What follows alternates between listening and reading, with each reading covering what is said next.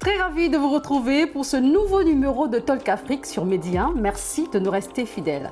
Plusieurs pays africains sont confrontés à des crises alimentaires récurrentes. Beaucoup d'événements seraient à l'origine de cette situation. D'aucuns disent que cela est dû à la Covid-19 et au conflit entre la Russie et l'Ukraine. D'autres par contre pensent à la mauvaise gouvernance et au réchauffement climatique. Selon le rapport de la Conférence des Nations Unies sur le commerce et le développement, 25 pays africains importent plus d'un tiers de leur blé de Russie et d'Ukraine. Aujourd'hui, beaucoup de pays sur le continent observent une flambée des prix des denrées alimentaires, à l'exemple du Sénégal, la République démocratique du Congo, le Mali, le Niger, pour ne citer que ceux-là. Comment on en est arrivé là? Quelles solutions pour faire face aux problèmes du déficit alimentaire récurrent en Afrique? On en parle avec nos deux invités déjà sur ce plateau. Nous recevons Alassane Ndiaye, économiste, expert, consultant. Merci d'avoir accepté notre invitation. Merci, madame. En face de vous, nous avons Antoine Ndama Faye. Vous êtes analyste des politiques publiques spécialiste en économie et du changement climatique. Merci d'être là. Merci de votre invitation. Alors, comme je disais à l'entame de mes propos, nous allons parler des crises alimentaires récurrentes en Afrique. Les populations africaines se plaignent de la flambée des prix alimentaires. Je m'adressais à vous, Monsieur Faye. Qu'est-ce qui explique réellement cette situation? Comme vous l'avez bien introduit, vous avez dit que les crises alimentaires sont des crises récurrentes. Donc, il y a une historique très très lointaine sur ça.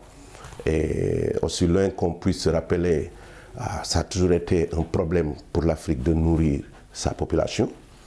Je pense que ce n'est pas des causes ipso facto naturelles. Il y a aussi un problème d'accessibilité, disons, soit des céréales, soit en tout cas ce qui est produit.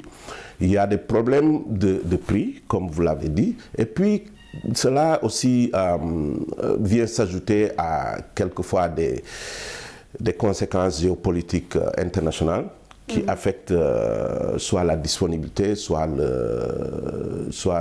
la quantité de ces céréales. Maintenant, dire que tout part de ces conséquences et qu'il n'y a pas de faute interne à l'Afrique, ce serait trop facile.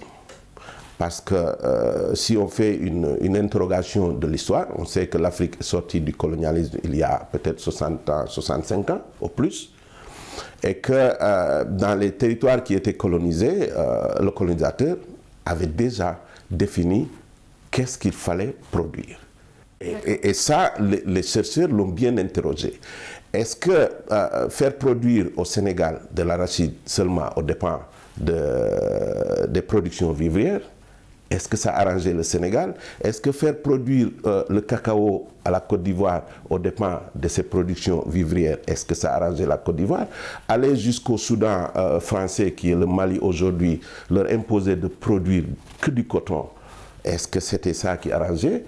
Et puis, quand on a pris l'indépendance, qu'est-ce que les nationaux ont fait? Ils ont tout juste suivi cette organisation parce qu'il fallait avoir de l'argent pour faire marcher le pays. Alors, moi, je dis qu'aussi longtemps qu'on puisse se rappeler, le paysan africain n'a jamais eu de problème pour se nourrir. Alors, ce que vous dites est très important. On peut parler de cette interdépendance entre les pays, certes, parce qu'aucun pays au monde n'est autosuffisant. Et Monsieur Ndiaye, par rapport à cette question, on trouve que beaucoup de pays africains dépendent de l'extérieur. Je vais parler du rapport de la Conférence des Nations Unies sur le commerce et le développement. 25 pays pratiquement importent plus d'un tiers de leur blé de Russie et d'Ukraine. Quelle analyse faites-vous de cette situation? Pour prendre le cas du Sénégal que nous connaissons, nous importons 1,80 million de tonnes de riz par année, soit 200 milliards de francs CFA déboursés pour nourrir le Sénégal. Et de cette production, seule la production nationale ne couvre que 20%. Donc 20% couverts par la production nationale, c'est déjà insuffisant. Cela veut dire que 160 milliards échappent déjà à nos agriculteurs. Pourquoi? Maintenant, il y a un schéma qui a été tracé, je crois, depuis la colonisation et qui a reçu l'aval des institutions internationales. Et le système de commerce tel qu'établi fait que les traders sont installés en France. Et nos vaillants commerçants qui sont ici ne peuvent pas s'adresser aux Japonais directement, ou bien aux Thaïlandais, ou bien aux Indiens pour acheter leur cargaison. Si bien que cette phase de transit, il y a un intermédiaire qui est dans la chaîne de valeur et qui collecte ces valeurs ajoutées à lui. Donc finalement, ce qui nous revient est grévé d'une certaine prestation qu'on pouvait éviter. Donc la chaîne étant, les intérêts étant tout autour installés, il est difficile de faire promouvoir une production agricole si on écoute les conseillers à partir de l'extérieur. À tel point que depuis 1960 jusqu'à nos jours, ce que nous constatons, c'est que c'est le même rituel de production à l'échelle nationale. Mais justement, il faudrait que cela change. Je peux prendre l'exemple de la République démocratique du Congo qui importe plus de 50% de son blé, toujours à l'Ukraine et la Russie également. Monsieur Faye, qu'est-ce qu'il faut faire justement pour ne plus dépendre de l'extérieur?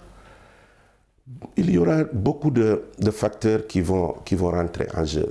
Il y a un facteur politique, évidemment, national, et il faut être courageux. Il faut que les gouvernants soient courageux. Mais il y a aussi un problème d'habitude. Il y a un problème, disons, de choix alimentaire qu'il va falloir qu'on corrige. Moi, je ne peux pas comprendre que... C'est-à-dire, si on fait la chaîne de valeur du blé, quels sont les produits finis qui partent du blé? Comment est-ce qu'on est arrivé à ce qu'un Sénégalais, pour lui, quand il n'y a pas le petit déjeuner du pain, ce n'est pas un petit déjeuner.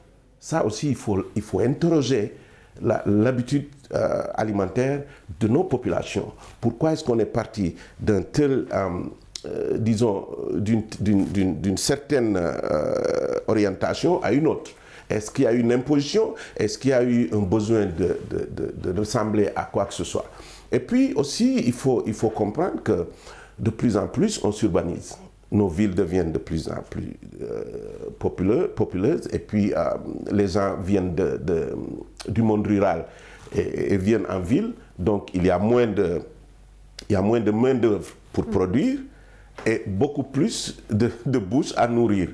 Alors, si vous faites la somme des choses, tant que vous aviez de l'argent pour acheter ces nourritures, il n'y a pas un problème. Mais nous, on est en train de regarder la crise alimentaire sur pourquoi est-ce qu'on importe de l'Ukraine ou bien de la Russie. Mais on n'est pas en train de regarder combien notre économie souffre, combien est-ce qu'on a des sous-employés, on a le chômage et tout. Une famille qui pouvait peut-être se permettre d'avoir 2-3 repas par jour, aujourd'hui est obligée d'avoir qu'un seul repas. Et ça ne devient plus un problème d'accès, mais ça devient un problème de nutrition. Et c'est là où c'est grave. Mais justement, vous avez parlé de l'Ukraine. Antonio Guterres, le secrétaire général de l'ONU, avait signalé, avait rappelé qu'on risque d'observer un ouragan de famine dans certains pays du Sud. Et qu'est-ce qu'il faut faire en ce moment-là pour qu'on n'arrive pas à vivre ces crises récurrentes? Ce que je veux dire par là, est-ce qu'il y a d'autres facteurs? On a observé la pandémie liée à la Covid-19, certes, mais il y a eu également d'autres événements avant la Covid-19. Est-ce qu'il y a d'autres facteurs, je vais parler même du changement climatique, est-ce qu'il n'y a pas d'autres facteurs qui expliqueraient ces crises alimentaires récurrentes? Vous avez raison, il y a d'autres facteurs. Il y a le changement climatique. Mais le changement climatique ne touchera que la production. Alors qu'ici, on parle, c'est l'Ukraine qui produit, ce n'est pas nous qui produisons. Donc s'il y avait un problème de changement climatique, ça serait avec l'Ukraine.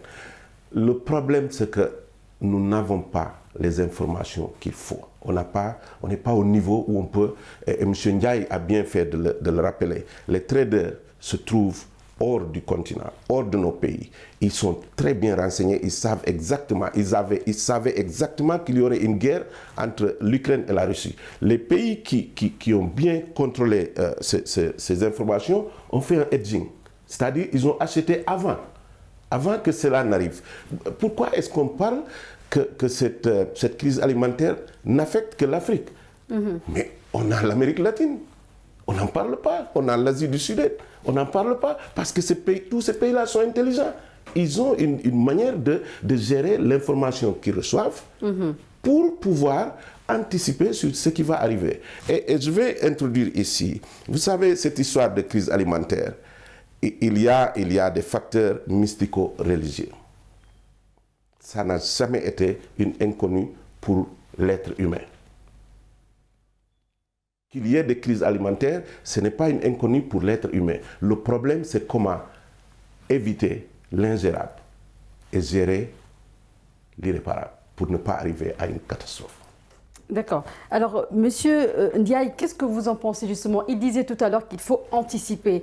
Est-ce qu'on peut quand même garder espoir? On va parler des solutions, bien entendu, c'est même l'objet de notre émission. Est-ce qu'aujourd'hui, on peut quand même garder espoir? Comment est-ce qu'il faut justement anticiper? Puisque j'entendais quelqu'un dire qu'on ne peut pas anticiper sur une crise, par exemple la crise sanitaire, on ne pouvait pas savoir qu'on devait faire face à cette crise sanitaire.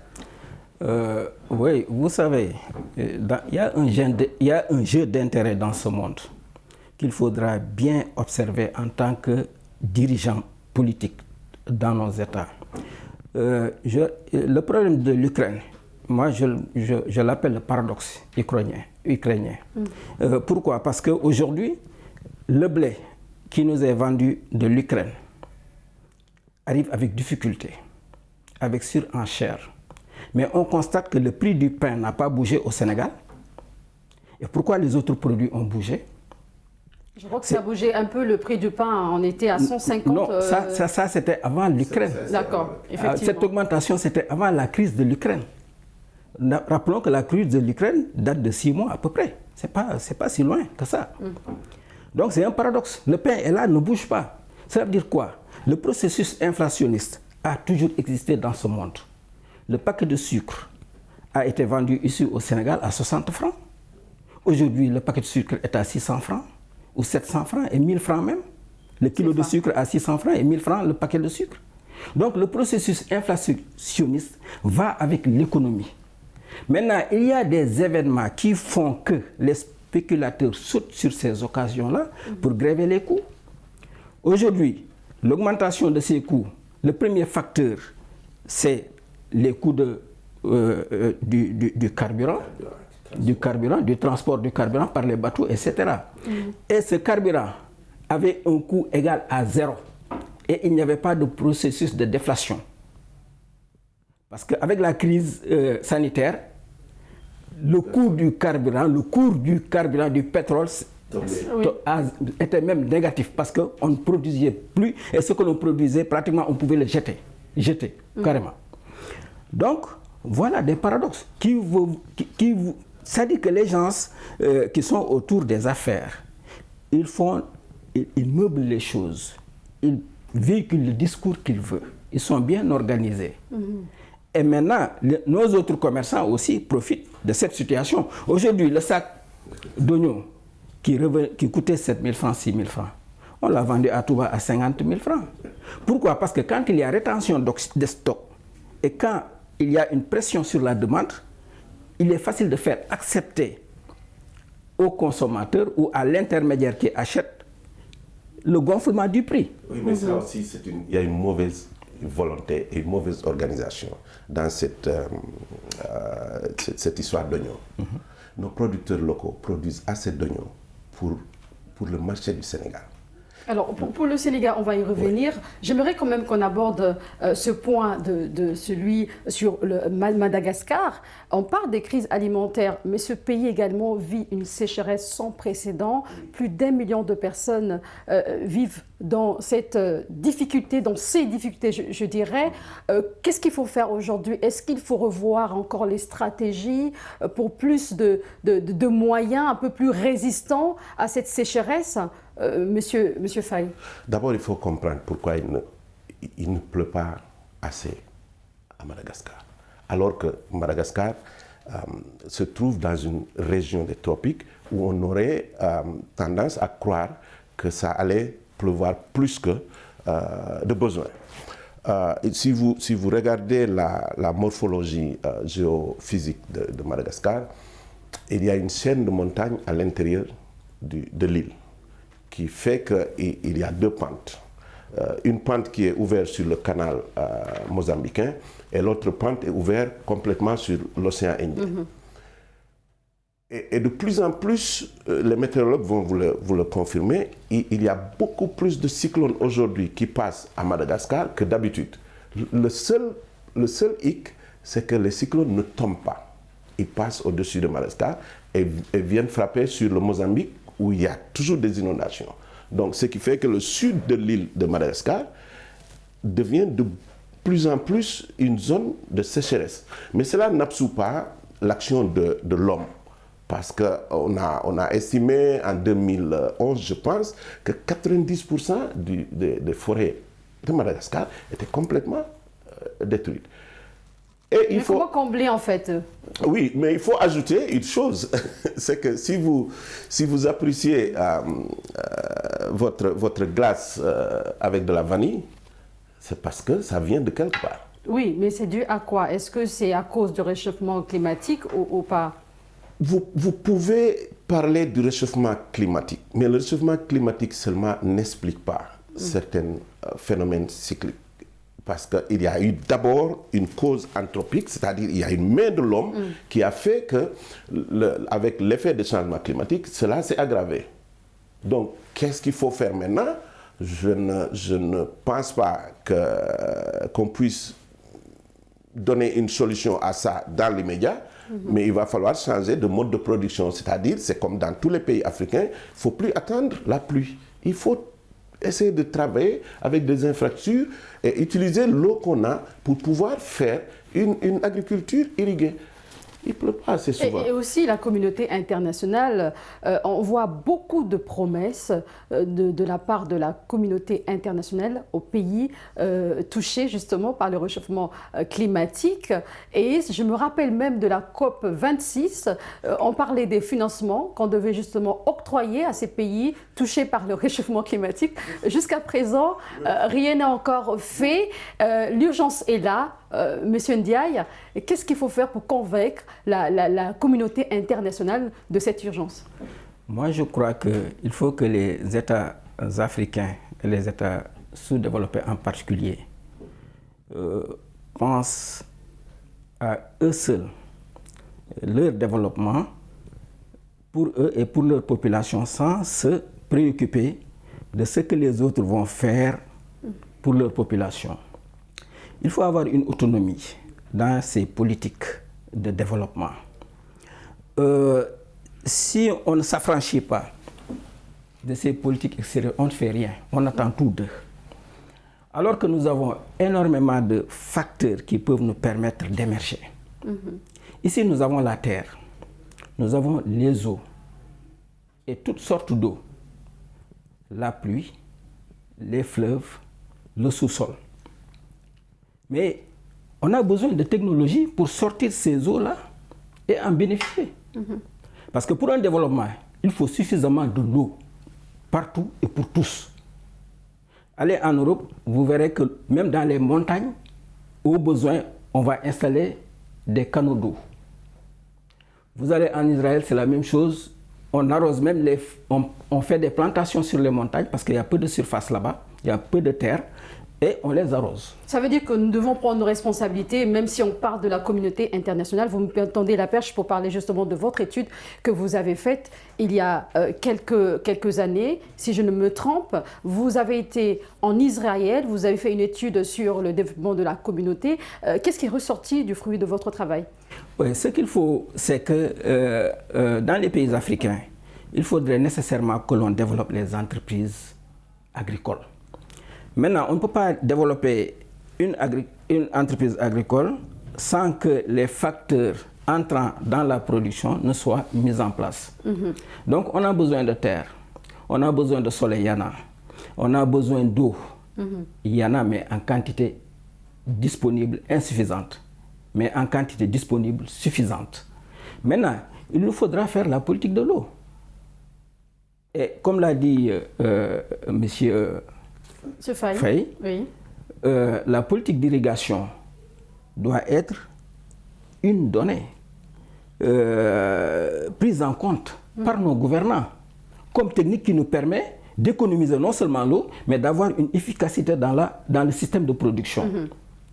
Et faire en sorte que les acteurs qui sont dans la production ne s'occupent que pour 3 mois dans leur activité, alors qu'ils peuvent au moins, sur toute l'année, cultiver leur terre. Mais la pluie que Dieu nous a donnée, je pense que Dieu nous indiquait la voie à suivre pour nous nourrir, pour un temps. Mais maintenant, quand la pluie ne vient pas, mais Dieu nous a montré que aussi il y a d'autres moyens. Mais justement, on voudrait bien vous écouter sur ces moyens-là. Vous avez déjà commencé, allez-y. Oui, parce que ces moyens-là, ce n'est rien d'autre que si vous disposez d'un fleuve, vous faites les canalisations utiles et nécessaires pour faire accéder l'eau à tous les occupants de la terre, tous ceux qui travaillent pour la terre, qu'il ait de l'eau disponible en quantité et en qualité. Et ça, la technologie le permet. Nous avons les ressources humaines qui nous permettent de l'avoir. Maintenant, il faut accompagner, parce qu'il faudra une planification stratégique au niveau de chaque État. On a besoin de 1 million de tonnes de riz. Nous avons le fleuve Sénégal, nous avons le fleuve Gambie, nous avons le fleuve Casamance. Alors, qu'est-ce qu'il nous faut faire pour arroser tous les étendues de terre qui sont aux alentours? Et le financement du paysan, qui va s'en charger? Parce qu'il n'y a pas que la terre, il y a des intrants à acheter. Et au stade où nous sommes, il nous faut aller regarder le système brésilien. Parce que le système brésilien permet l'émergence de petites entreprises et facilement. Toute nouvelle création d'entreprise est épaulée par l'État, par les moyens financiers. Et finalement, on atteint les objectifs voulus. Mais si vous laissez enrader les paysans avec une hypothèse de pluie, parce que la pluie, elle est hypothétique, elle peut venir, elle peut ne pas venir. Alors, ce que vous dites est très important et on a remarqué également la flambée des prix ici au Sénégal. Monsieur Faye, qu'est-ce qu'il faut faire justement pour aider ces ménages aujourd'hui? On observe cette flambée des prix des denrées alimentaires. La population, quelque part, attend des solutions. Aujourd'hui, qu'est-ce qu'il faut faire? J'entendais le président Macky Sall disait que les États africains font de leur mieux. Il y a des initiatives qui sont en train de prendre et on a l'impression que sur le terrain, en tout cas je le dis pour tous les pays africains, c'est ce que j'aurais appris, que les chefs d'État africains prennent des initiatives. Ils font même des subventions, que ce soit du côté de l'énergie ou encore des denrées. Mais sur le terrain, on a l'impression qu'il n'y a pas assez d'efforts. Il faut se poser la question, quelles sont ces denrées qui sont hyper, disons, qu'on vend très très cher? C'est peut-être toutes des denrées importées. Et ça, c'est là où se trouve le grand problème. Si tous vos produits sur le marché sont des produits importés, vous n'avez qu'une petite marge de manœuvre pour influer sur le prix. Et si les États africains, si un d'eux joue à ce jeu de vouloir subventionner à la limite certains produits, vous risquez d'avoir une émeute. Parce que, c'est-à-dire, vous essayez de corriger un problème en aggravant un autre. Donc, ici, le maître mot, c'est de suivre ce qu'on appelle une trajectoire de résilience. C'est d'essayer de faire un questionnement sur votre système commercial et voir exactement où est-ce qu'il faut balancer. Mais vous savez, ce qui est plus grave, c'est sur l'oignon dont on parlait. C'est là où vous trouvez qu'il y a vraiment quelque part une malhonnêteté de tous les acteurs. Que ce soit l'État, que ce soit les importateurs, que ce soit les grossistes, que ce soit les revendeurs, il y a une malhonnêteté énorme. Parce que les producteurs d'oignons au Sénégal produisent assez d'oignons pour le marché. Vous également, vous avez une part de responsabilité en tant que, je vais parler de façon générale, agronome, économiste, des experts en environnement. Il faudrait que vous puissiez vous asseoir quelque part et proposer aussi des idées au chef d'État africain. Je peux vous assurer que vous allez dans les tiroirs des ministères, il y a des plans et des plans, des documents et des documents. La plus simple chose, c'est de trouver comment construire des infrastructures de stockage tempérées pour cette production d'oignons qui, à un certain moment donné, c'est-à-dire, ils produisent tellement grand que le marché ne peut pas le prendre. Ce que vous dites est très intéressant. Malheureusement, nous sommes arrivés à la fin de cette émission. À l'instant, Monsieur Antoine Gama Faye, vous êtes analyste des politiques publiques, spécialiste en économie du changement climatique. Merci d'avoir répondu à nos questions. Merci.